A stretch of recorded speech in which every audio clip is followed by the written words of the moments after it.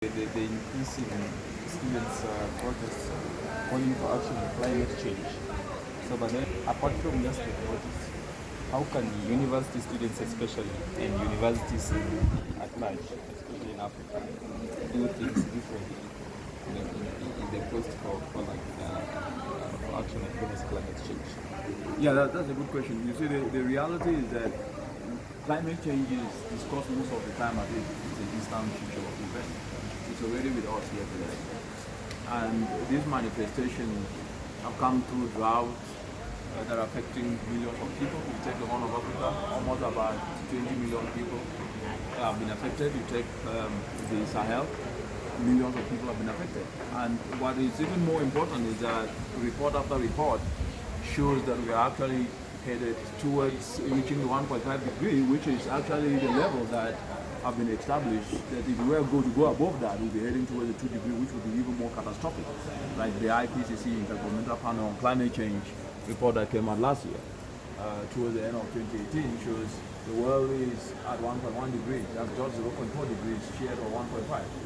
The UNM emission gap report, which shows that the world needs to increase ambition fivefold. So when you put all these things in perspective and you look at the global population and when you bring it down, especially to the African continent, the population of 1.2 billion people, 60% of that population is youthful.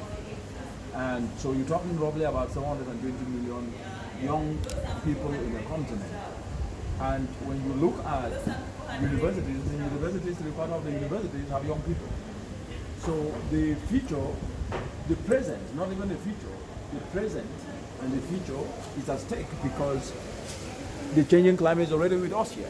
And if you have more young people who have the energy, who have the ability to be able to also use their entrepreneurial skills to do things, if they don't stand up to start saying we cannot allow our present and the future to be bleak because of this changing climate that is already impacting us, we then must do something.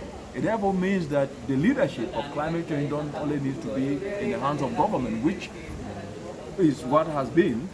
It needs to then be in the hands of government and also in the hands of every individual citizen, as well as also corporations.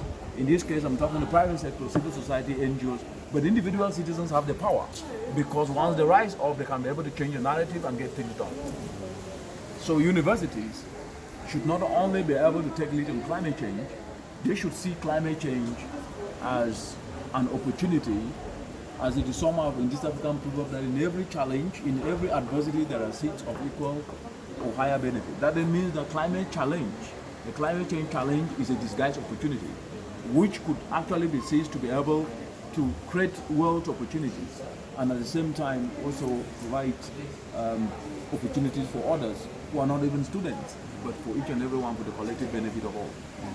And then looking at our curricula in African universities today, and then in this area we are talking about sustainability.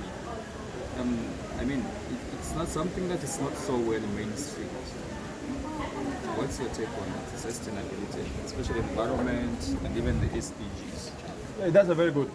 If you look at the educational system in the entire continent, it is not premised on building the skill sets that can be able to turn challenges that are facing the continent into opportunities. Whether it's challenge of food insecurity, where we're talking 240 million people going to be hungry, or whether we're talking challenges in terms of environmental degradation or land degradation that is costing the continent 68 billion US dollars.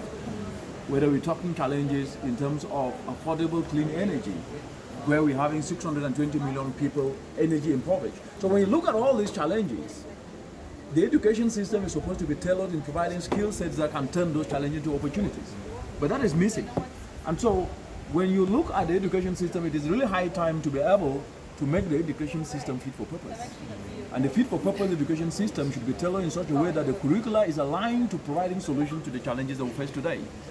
If not, then each and every young person must then be able to find a way, because I see education as opening doors, but it is the individual that needs to be able to retail and enhance his or her skill, what I call skills retooling, to ensure that those skills can then be able to address the challenges, not only addressing those challenges,